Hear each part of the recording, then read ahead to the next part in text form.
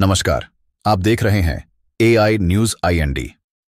आज हम बात करेंगे मध्य प्रदेश की राजधानी भोपाल से आई एक ऐसी खबर की जिसने न सिर्फ शहर को बल्कि पूरे देश को हिलाकर रख दिया है।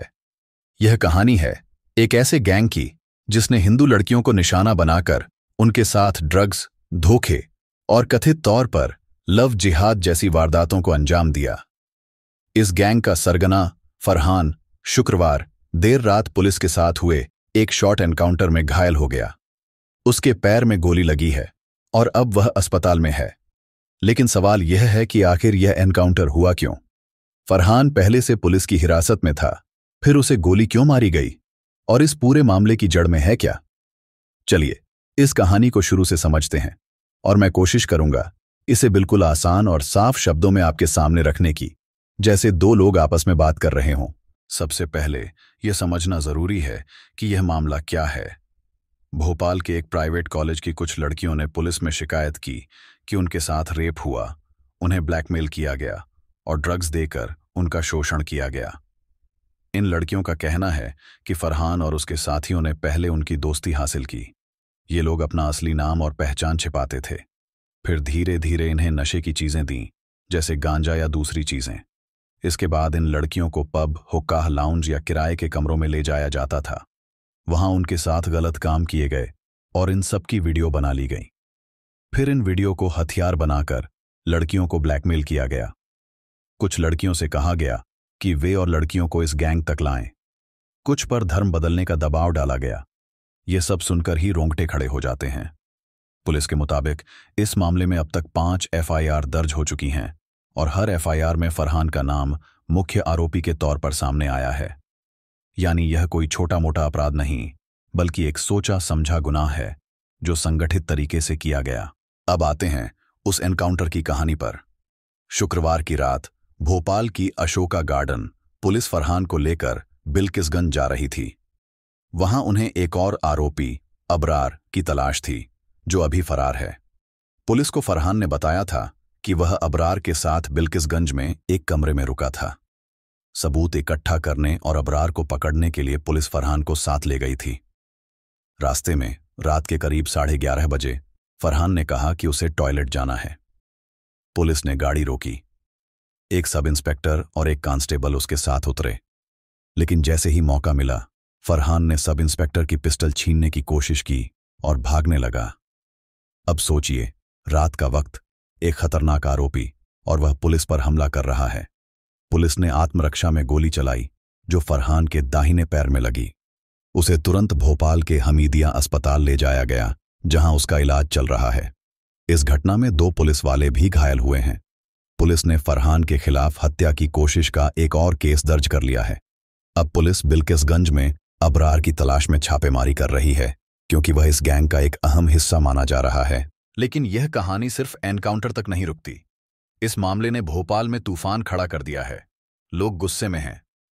शुक्रवार को शहर के 26 अलग अलग इलाकों में हिंदू संगठनों ने प्रदर्शन किए। उनका कहना है कि यह लव जिहाद का मामला है। मध्य प्रदेश के मुख्यमंत्री मोहन यादव ने भी सख्त रुख अपनाया है। उन्होंने कहा कि उनकी सरकार जिहाद या लव जिहाद को बर्दाश्त नहीं करेगी और दोषियों को कड़ी सजा दी जाएगी। दूसरी तरफ नेशनल कमीशन फॉर वीमेन ने भी इस मामले को गंभीरता से लिया है और एक जांच कमेटी बनाई है, जिसकी अगुवाई रिटायर्ड IPS अधिकारी निर्मल कौर कर रही हैं। पुलिस ने भी एक स्पेशल इन्वेस्टिगेशन टीम SIT बनाई है, जो इस मामले की गहराई से जांच कर रही है। अब थोड़ा और गहराई में चलते हैं। पुलिस की जांच में कुछ चौंकाने वाली बातें सामने आई हैं। फरहान ने पूछताछ में कथित तौर पर कहा कि उसे अपने किए पर कोई पछतावा नहीं है। उसने यह भी कहा कि हिंदू लड़कियों को निशाना बनाना उसके लिए नेक काम था। उसने बताया कि उसने कॉलेज में कुछ लड़कों का एक ग्रुप बनाया था, जो खास तौर पर हिंदू लड़कियों को टारगेट करता था। ये लोग पहले दोस्ती करते, फिर उन्हें नशे की लत में डालते और फिर उनका शोषण करते।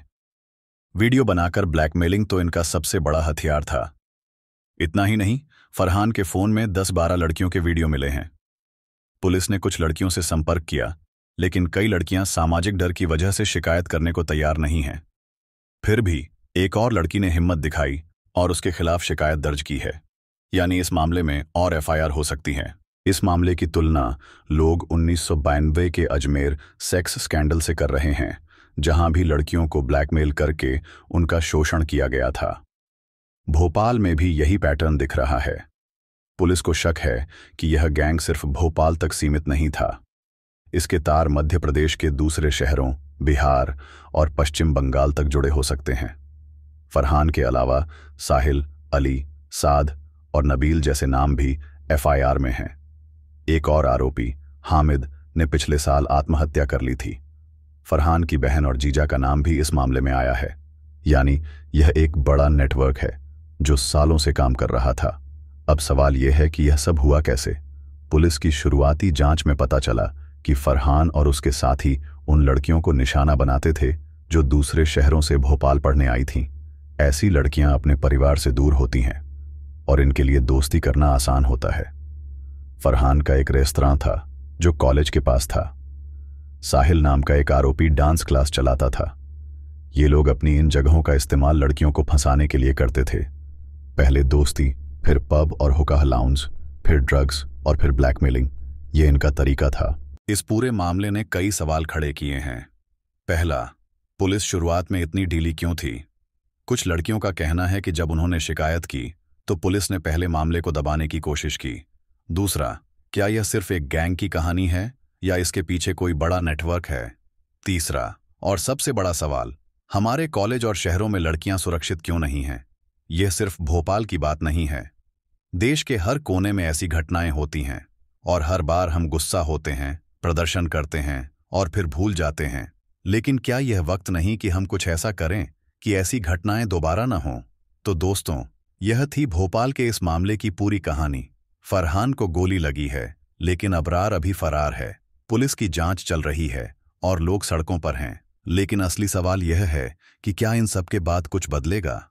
क्या हमारी बेटियां, हमारी बहनें अपने शहरों में बिना डर के पढ़ सकेंगी, जी सकेंगी? आप क्या सोचते हैं? इस खबर पर आपकी राय क्या है? नीचे कमेंट बॉक्स में जरूर बताएं। और हां, ऐसी खबरों से डरने की नहीं, बल्कि जागरूक होने की जरूरत है। अपने आसपास नजर रखिए और अगर कुछ गलत दिखे तो आवाज उठाइए। धन्यवाद।